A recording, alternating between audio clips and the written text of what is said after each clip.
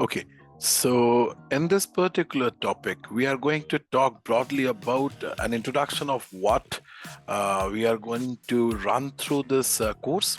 So if you see broadly, I've broken down the entire sections of this particular course into four broader categories. Number one is a certification journey roadmap. So how exactly in general everybody should prepare or categorize what kind of certifications they want to do and how do they plan it, because if you do not plan it, it's very tough to follow up. Certification is an added value to your profile. So if you do not park regular times for this topic, you are not going to do it.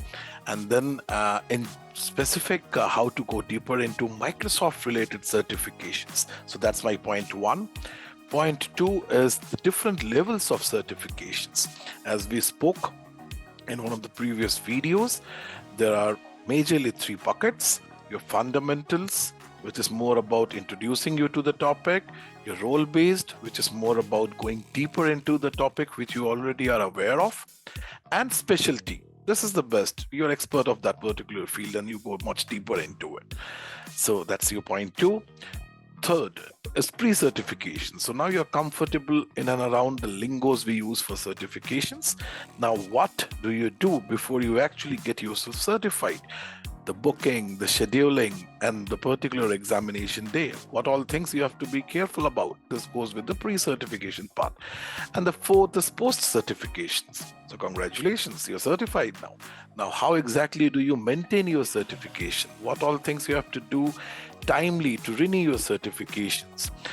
Then your public profile will need a validation of what you are certified on. So your badges, how do you claim the badges that is furnished? That is to be furnished by anybody who is certified in a particular stream.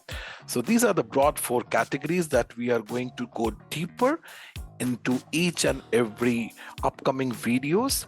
My intention, as I've been repeating this part quite more in the last two videos, is to make yourself comfortable with an ecosystem of how you get onboarded into the particular course, into the particular setup that you are aspiring for. Then how do you keep your learning momentum for that particular certification path throughout the days and weeks that you prepare it for? And then eventually, after you are comfortable and you're aware of what you need to know before you actually book the certification, you should also know the process of how the certification booking and scheduling happens.